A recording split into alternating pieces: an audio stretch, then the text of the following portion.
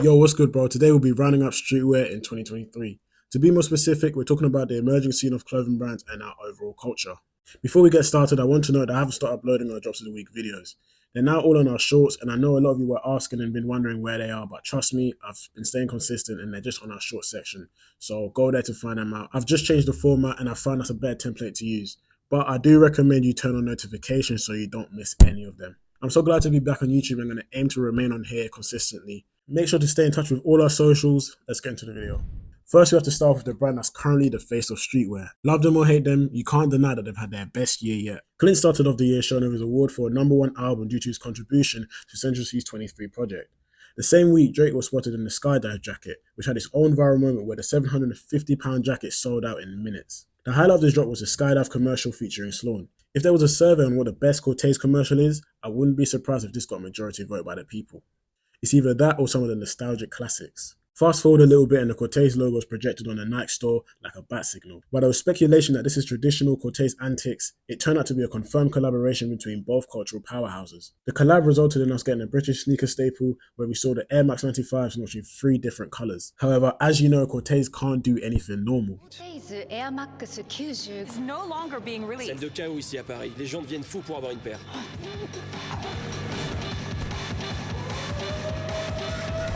All 3 pairs of shoes were made available to the public via in-real-life meetups before being made available online. The UK got the gutter green colourway via Crossbar Challenge, which also came with a promo video featuring Kaivyon voiced over by Clint himself.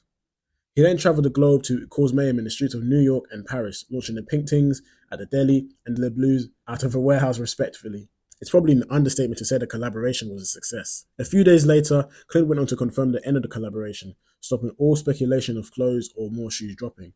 However, Nike confirmed through media publications that both brands are due to run it back in 2024 with a Huarache, a nostalgic staple here in Britain. My honest prediction is that we're only seeing the start of a long-term Corteiz x Nike deal, similar to the likes of Drake's Nike Nocta or the way that Supreme and North Face always link up regularly. To finish off the Nike x Corteiz chapter, we can't forget the time when Clint set up a pop-up shop selling all the bottled orders from potential resellers trying to profit off the collaboration. The store had a Sports Direct type look to it, and you already know a hell of people pulled up. Now, I'm not trying to drag on the Corteiz section, because realistically, they could have a whole video on themselves this year. So let me briefly go over what else they did. They did collab drops with music artists Meeks and Slow Tie, added more fashion commercials featuring Skepta and Qualum to their collection of classics, and dropped some of the hardest jerseys in the football kit wave. Their Black Friday drop was also largely talked about. Overall, this was the year Corteiz really took time to elevate design-wise after it was their main critique point the year prior.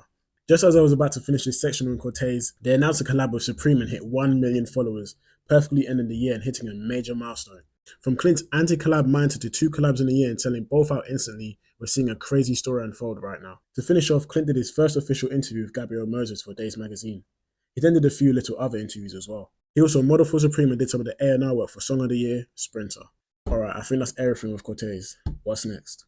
Central Cee finally launched his brand, Cineworld. Now I know this is a controversial brand judging by the reception I get every time I feature them. Some people even think that Central Cee is paying me, which is a compliment, but that's crazy. Anyway, Central was secretly teasing his brand for months before, even all the way back to when he dropped his 23 album. He launched his brand in May, starting with an in-person event being a car boot sale.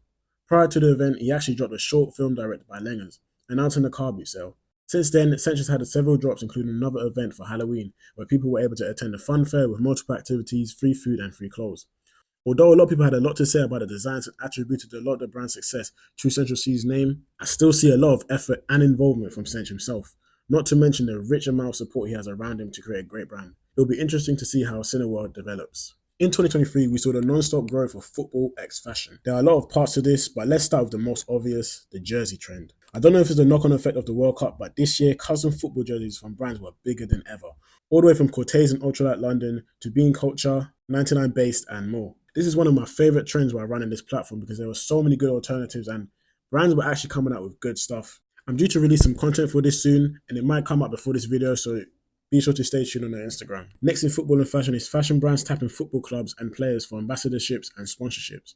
We had LV linking up with rising star Bellingham to represent the brand, Gucci linking with Grealish to be their football face, all the way to Off-White and Milan doing their thing, and Inter Milan and Moncler doing their own thing. I think a lot of it sparked when Dior reached out to PSG to do their off-pitch attire. Last but not least, we have the coolest culture on the rise, sport life. 2023 was their year, and it's currently being led by pages and individuals such as Kaivyon, Sport Mafia Boys, Moulaga Clique, as well as the Lost Boys.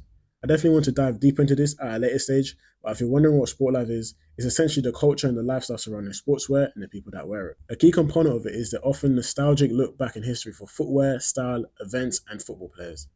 The dress sense typically consists of athleisure pieces like tracksuits, shell suits, face coverings, purposely fake designer goods, messenger bags, football jerseys, and often vintage shades. We can't forget the footwear though, with Nike having most of the market share within this culture.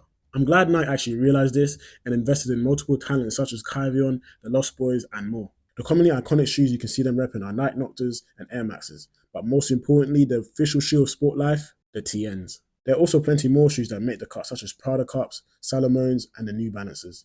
You got one of the UK's favourite jurors, Moulds and Luke, influencing the culture with their eventual lifestyles, and then Kaivyon shooting for some of the biggest faces and brands across the country.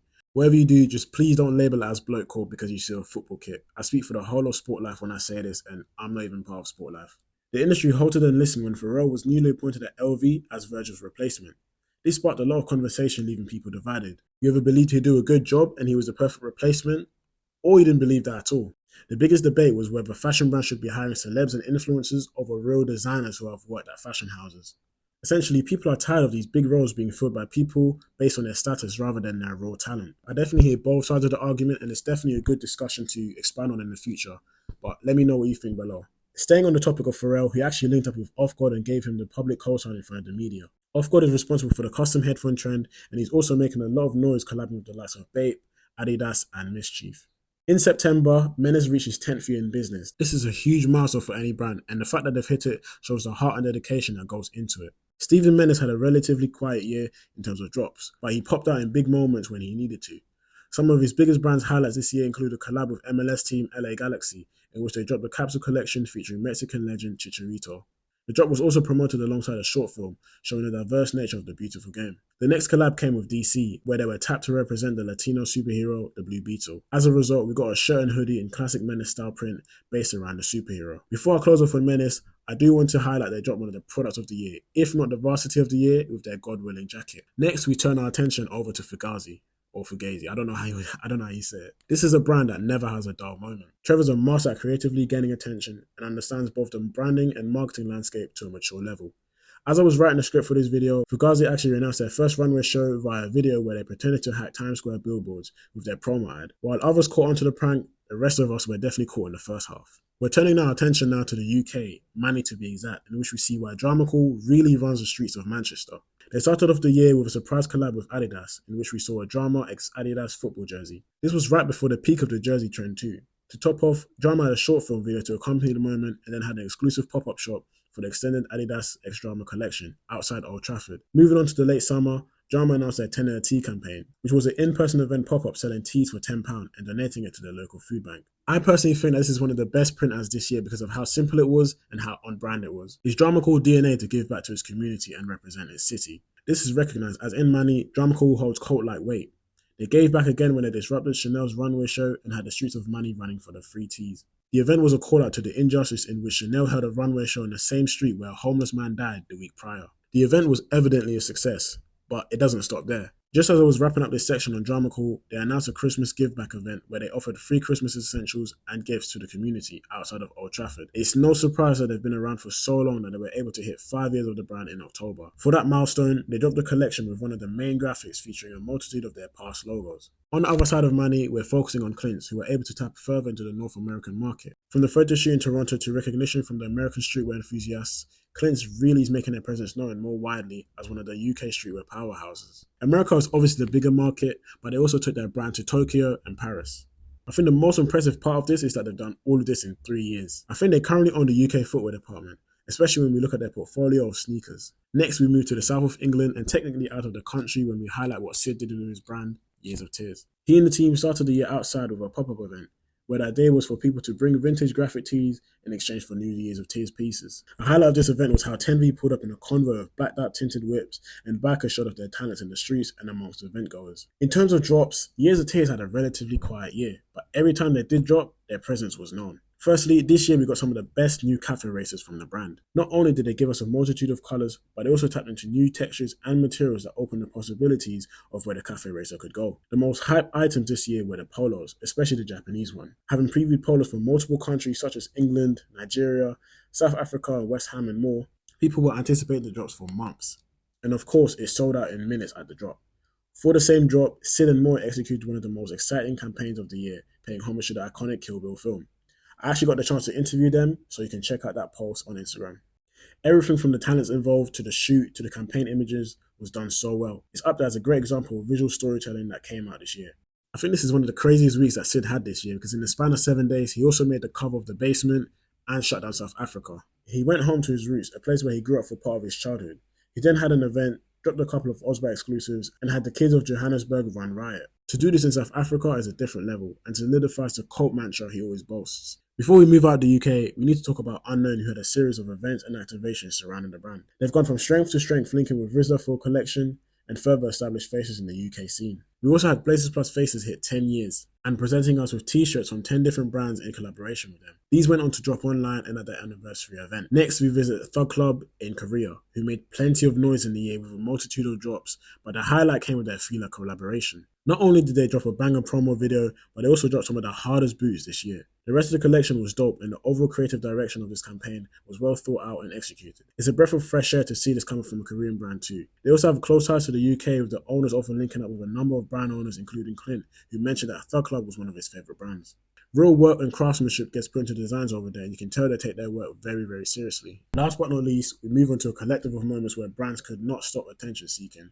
And by this, I mean purposely crafting social media moments. I don't mean that in a bad way, but 2023 just saw brands on the runway create more attention-grabbing products.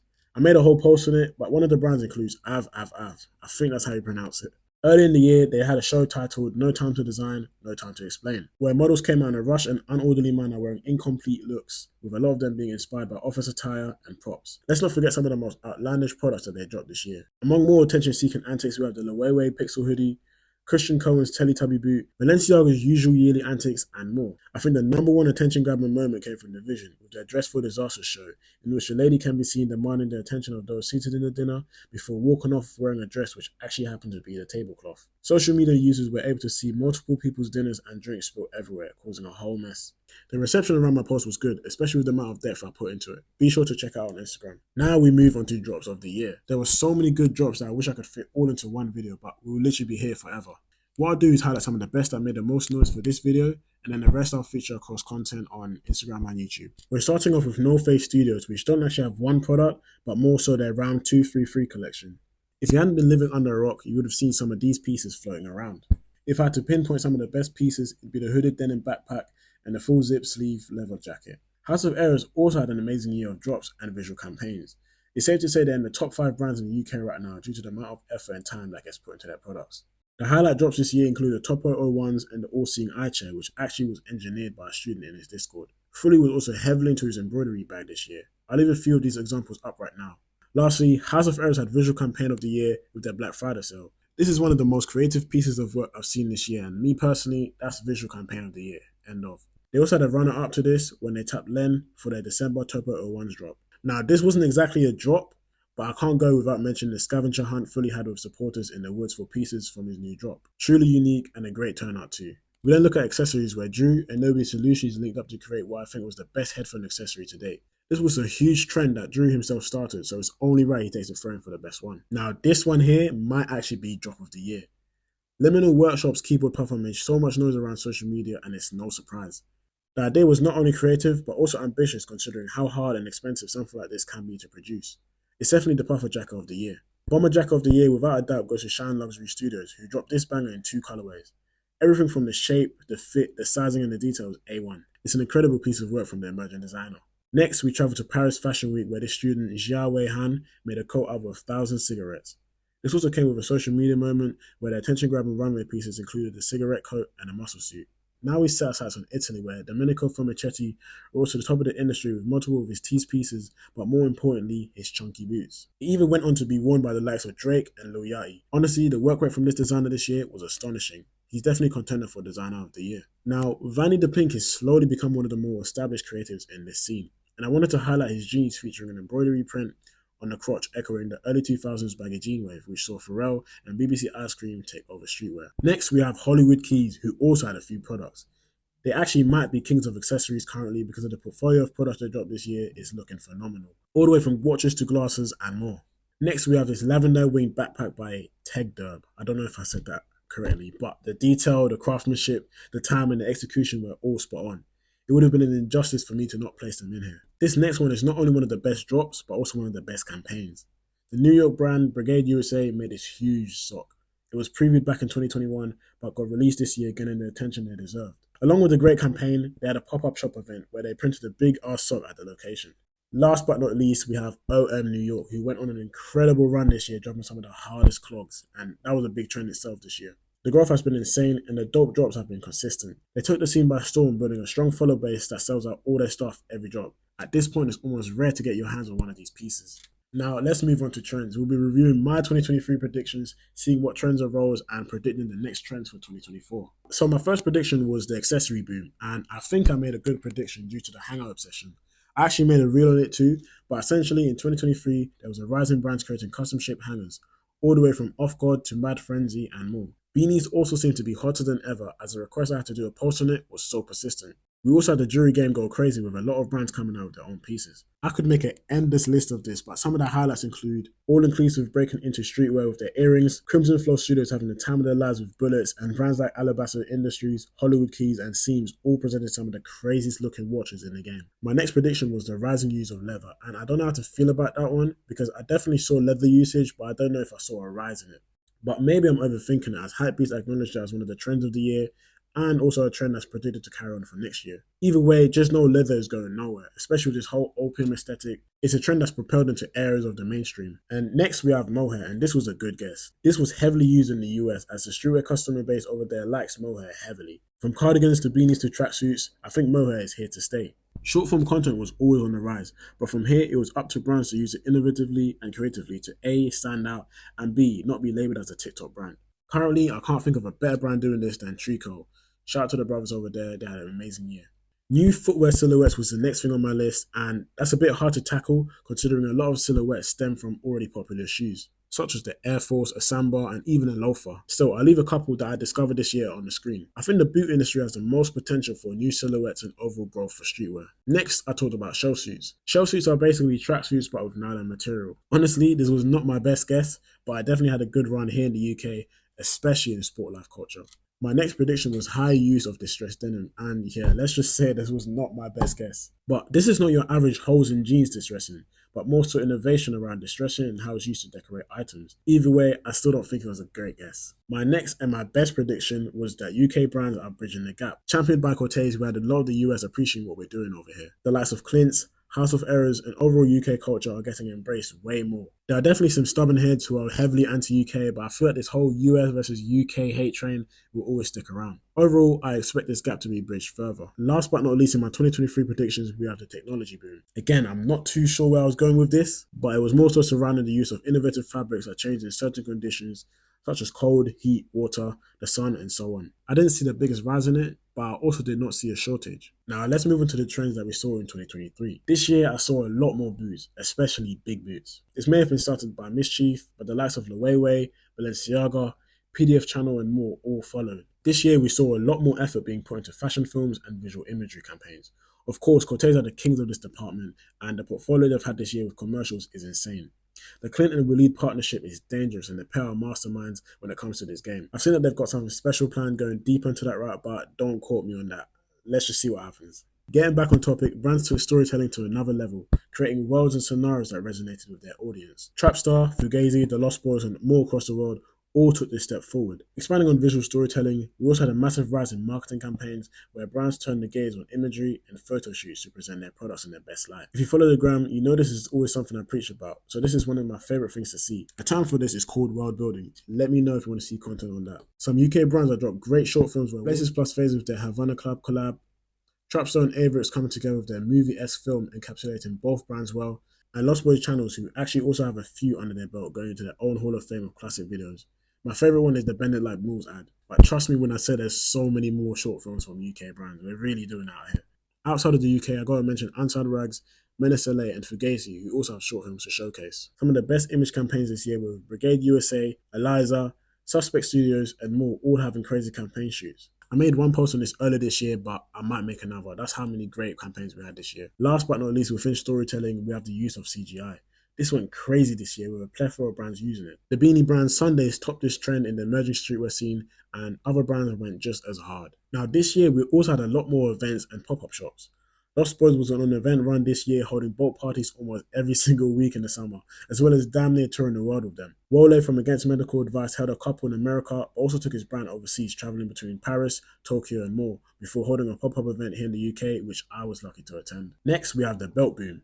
I gotta give credit where it's due, Stolen Art owned this department. Artists, celebs and fashionistas all rocked extravagant belts decorated with crystals, accessories and over-the-top belt buckles. It was truly great to watch all these different designs roll out. In my personal opinion, the rise of Aimee and Dore makes it the most second influential brand in the scene. It was a common occurrence to see brands take inspiration from them all the way from photo shoots, designs and the brand imagery. It's no wonder Complex recognized them as one of the most influential brands of the year. Moving on to footwear, Tim's, Birkenstock, Sambas and the Mihara Yusu Heroes take the podium for the trendiest shoes of the year. I think all of our favourite influencers had at least one of these in their wardrobe. I'm definitely a fan of all of the shoes, maybe not so much the Sambas, but it was interesting to see how people rock the same pair of sneakers differently.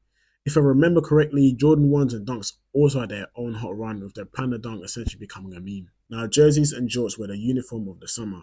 We've already covered how crazy jerseys went this year, but jorts also made a return. It's funny because they were never really respected in our generation.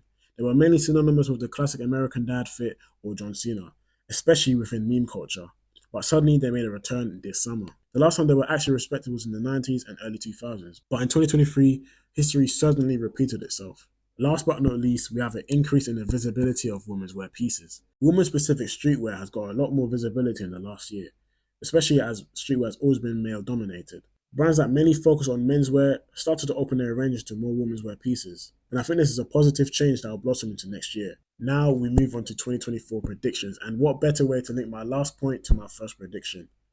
The womenswear boom. Like I said, I think womenswear will continue blossoming. I think you'll see more womenswear brands pop out and brands expanding their audiences to be female inclusive. If you're interested in finding some out, you can check out these two posts on screen right now. I think one of my favorite womenswear brands right now is Saint Giovanni de la Mode, who put so much time into all aspects of the brand. They're probably the best UK brands that I've seen right now, especially in the UK. I think womenswear is probably the biggest market to explore right now, especially when you consider that women are bigger shoppers than men, especially when it comes to fashion. This is a trend I really want to see succeed this year. Boots will take over sneakers.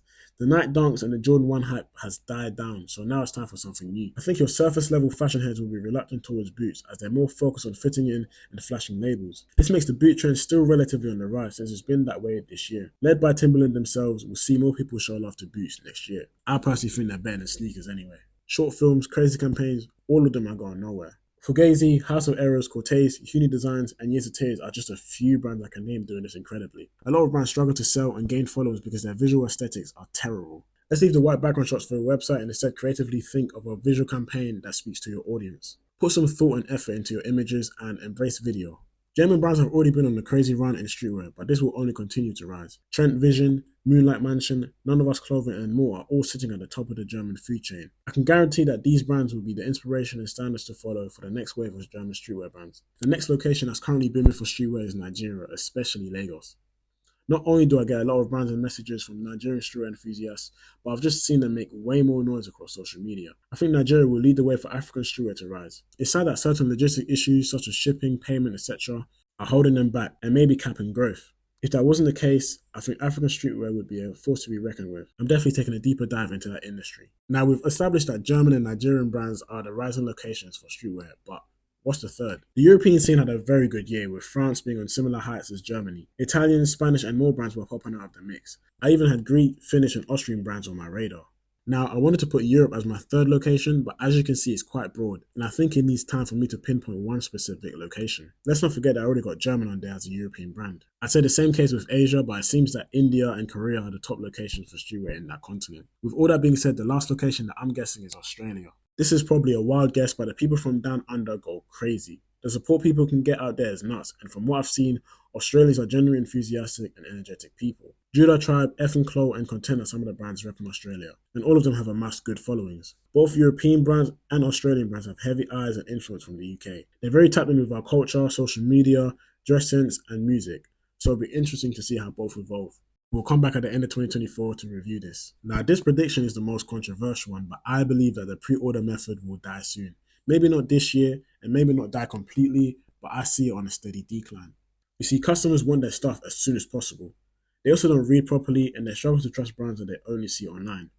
All three of these aspects drastically can affect your sales performance. I've seen a lot of brands fail with this method because they may not get enough orders in, or they can't hit those three aspects to a level that makes customers wait patiently for their orders. And yes, with great risk comes great reward, but brand owners should keep in mind scamming manufacturers and the things that could go wrong. The brands that will win with this method are those with clean brand images / reputations, who also possess a loyal consumer base. If you're thinking of using this method, just consider the time frame it takes for your customers to receive their product. Not only the shipping time, but also the lead time to get things done. Build a loyal following with authenticity at heart and ensure everything resonates with them and is cohesive with your brand image. Pop-ups, events and public antics are all on the rise. 2024 will see it touch a more global scale, as right now UK brands are doing this the most compared to the rest of the world. It links to my last one because now you're raising your customers' trust since you're engaging in real life. They now see you as more than just some brand they saw on the internet. Seeing the aftermath of these events on social media is a social proof that your skeptics need to shop with you comfortably. Expect to see brands hosting and attending more parties, events and pop-ups to get in touch with their consumer base on a personal level. Also expect brands to take wilder risks in public for the sake of attention and social media moments. That isn't a dig, by the way, that's just the name of the game right now.